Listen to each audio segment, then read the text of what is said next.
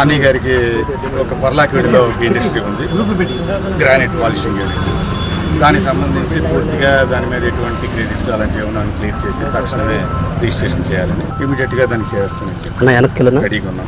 House ఉంది, అది కూడా దాని మీద కూడా బ్యాంక్ డేట్స్ ల్యాండ్స్ ఒక 20 లక్షలు ఉంటుంది, అది కూడా క్లియర్ చేసి వాళ్ళకి అది కూడా చేసేది సిద్ధంగా ఉన్నారు సార్. పిల్లలకు సంబంధించి రెండో పాపకు సంబంధించి MBBS చదువుతుంది, ఆ అమ్మాయికి చదువు ఫ్యూచర్లో PG వివాహ కార్యక్రమాలు అన్నింటికి కూడా కాల్స్ చేయడానికి పాయింట్ ఎన్నో సంవత్సరాలు అడుగుతుంది. ఇద్దరి మధ్యన వాణి గారి శ్రీనివాస్ గారి మధ్యన జరుగుతున్నటువంటి ఈ విషయాలన్నీ మీకు తెలుసు. ఇది వీధికి ఎక్కిపోయి రచ్చ వచ్చింది కాబట్టి మీరిద్దరు కలిసి బతికే పరిస్థితి లేదు. తప్పనిసరి పరిస్థితుల్లో 498 తర్వాత ఇంకా డైవర్స్ పిటిషన్స్ పడిపోయినాయి. అది ఎమికబుల్గా వాళ్ళ పెద్దలకు చెప్పాను. నేను ఇప్పుడు దివాకర్ గారు అడ్వకేటర్ సైడ్ వచ్చారు కదా, ఆయన చెప్పాను ఒక ఎమికబుల్గా అది కూడా డైవర్స్ తీసుకోవడానికి వాళ్ళు. ఇది ఈ హౌస్కి సంబంధించి తదనంతరం రాయబడింది సార్. అదే డాక్యుమెంట్స్ రాయడం అవుతుంది.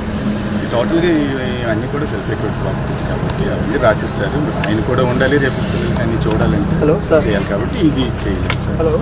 మిగతా కార్యక్రమాలన్నీ కూడా వాళ్ళు చెప్పిన నీటిలో కూడా నాకు తెలిసి 99% చేయడానికి సిద్ధంగా ఉన్నాయి సార్.